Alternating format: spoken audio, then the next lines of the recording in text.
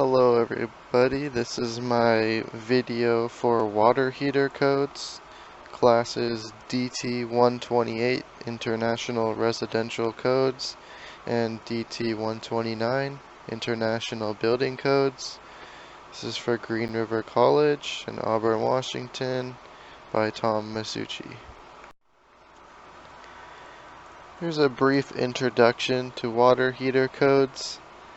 We're going to be going over water heater codes in the United States, which will be primarily referencing to the International Building Code, the IBC, the 2012 version, the International Residential Code, the IRC 2012 version, and the 2012 Uniform Plumbing Code, which will be referenced in the IBC and IRC from time to time.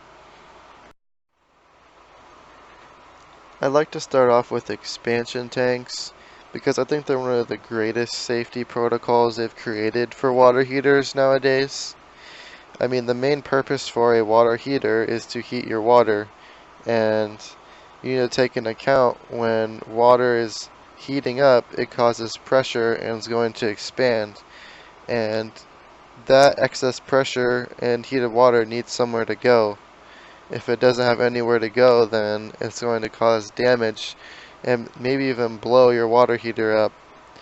So, with the expansion tank, it creates a place for all of that excess heated up pressure and water to go into until it cools back down.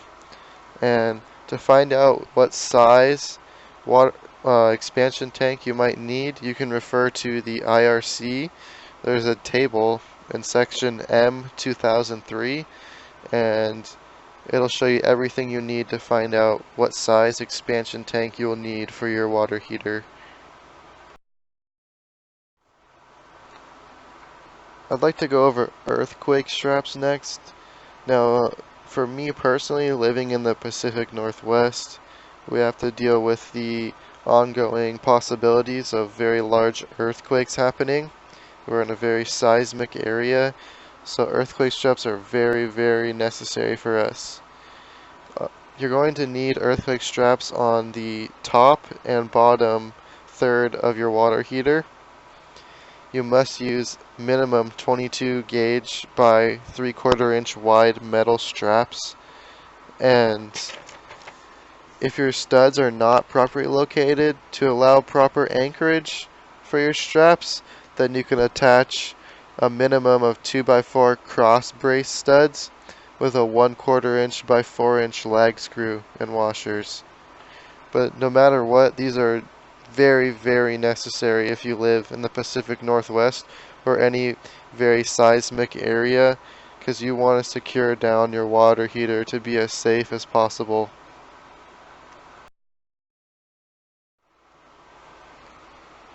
Alright, we're going to be going over water heater locations.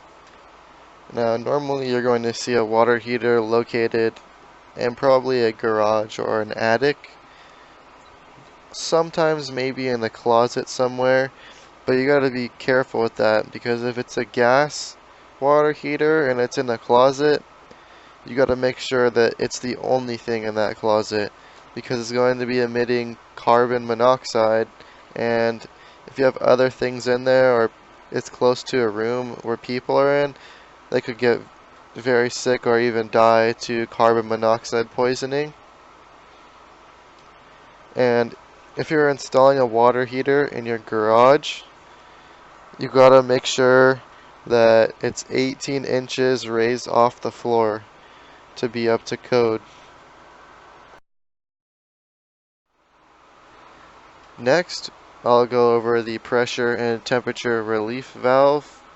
Now, what it is a safety device for your water heater that is used to relieve excess pressure or temperature buildup in your water heater.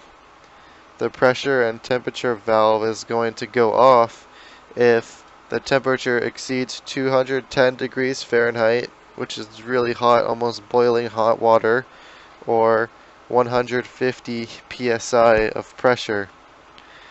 And if you open this valve, you need to be very careful, because you're going to have boiling water shooting out of it. So you need to make sure you don't have any little kids around you that might get hit by the water, and obviously try not to get any of it on yourself because it's extremely, extremely hot.